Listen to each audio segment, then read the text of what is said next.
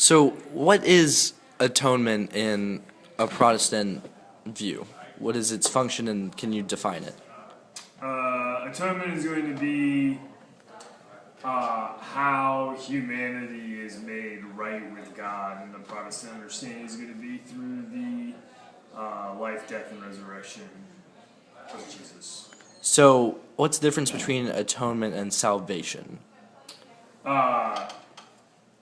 Salvation is the gift of the Christ's atonement, of Christ's work. So it's like the product. It's the product of it. Okay, so atonement is more of a state or a process? Atonement is okay. So it's basically we are not the people we were created to be, and we cannot right ourselves. And God, as in any relationship, when you wrong someone, there has to be reconciliation. So atonement's tied to sin? Yeah, atonement is going to be tied to sin. So we cannot reconcile. So you can, one person can forgive the other without them turning, but you can't be reconciled together unless both do it. And on our side, we cannot turn on our own. And so Christ basically does work so that we don't even have a reason to be ashamed or whatever. Like the guilt is taken away from us. So, how Christ does a significant portion, like 99% of the work of that salvation and atonement, what's our part of it? The way Karl Barth talks about it, and he's going to say it's 100. He says, God says yes to you through Jesus Christ. So it's done. And all you have to do, so it's done, it's 100% done. You say yes back to God. It's going to be, it's not yes as soon as you turn around, it's yes. Now turn and say yes back to God. Like, that is going to be his understanding, basically. So I know in the Catholic mode of it, it's that turning and saying yes is confession, reconciliation process. What's that reconciliation process look like for Protestant denominations? It's gonna differ, but in Presbyterian it is simply faith. It's believing the yes is true. The yes of God is true is all that it takes. There is a response to that if you think the yes of God is true, meaning if you think the life, death, and resurrection of Jesus is true, you are called forward, and so then there's action, but in terms of salvation, they're not tied. Now, Calvin and others are going to say, Luther in particular are going to say, if you say yes to God, you will have works. You will have them. But again, God has already said yes to you. He doesn't say yes to you and then watch what happens. The whole power of the yes, the whole power of the forgiveness and the reconciliation is that it's been completed. It's finished. And it's just our choice to recognize what God has done. So what is the state of not accepting that complete salvation that's already been done for you? This is where it will get murky. I think I can say for most Presbyterians, and I don't want to say Protestants because I just can't say I'm as familiar. For most Presbyterians, the yes is to all of humanity. Okay? The yes is to all of humanity.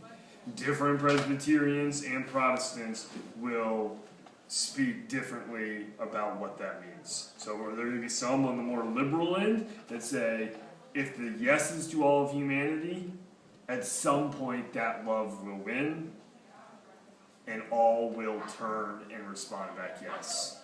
It gets very close to universalism, but it still involves specifically Christ's work. On the other side, you're going to get people that say, all the way up to you have to confess with your lips and with your heart the yes back to God, or you have not accepted. So there's going to be quite a spectrum. So atonement, I found, actually comes from the phrase "at one meant." What does being one with God mean to someone from a Presbyterian background? Uh, Can you describe what at oneness is? Because that seems like it's the base of atonement. Once you've turned and said yes, yeah. then now you're in a condition of being at one with God. Yeah, the way I always describe it is to be the people you were created to be. Is how I usually name it. What does that mean? It means to be like Christ. And my belief, while I rarely have it, is that when I am like that, I don't use the word happiness. I mean, it's a BS word, but that is where it's where joy lies, because it's what I was created to do and to be. And God didn't create it to I understand this, God did not create the world as a test, and you either pass or you flunk. God created it because we were nothing, we were not in existence, and He said, I want to create something that can experience the joy that I have as the Creator. And so,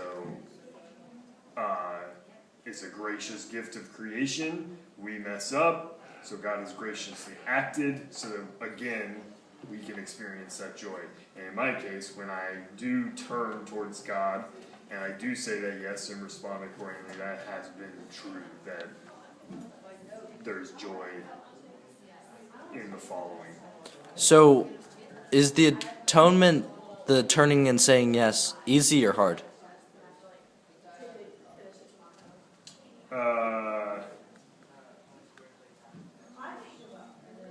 Thinking you do it is probably easy. The believing is hard, I think.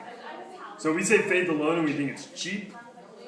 It's actually shockingly hard to think that you are forgiven, like the crap I did today is wiped clean. The idea that I am a new creation, the idea that God dead came back to life, the belief that all things will be made good again and I should act according to that. Insanely hard. So What's the hardest part about it?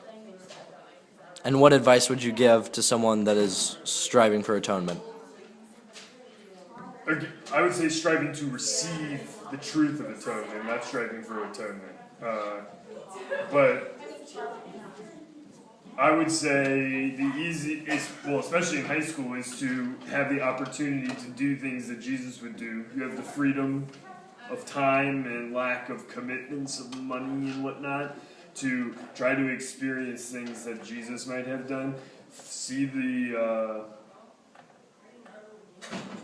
joy in it, because the hardest thing for me is when I respond unselfishly, other people don't, and you immediately say, this could not be true.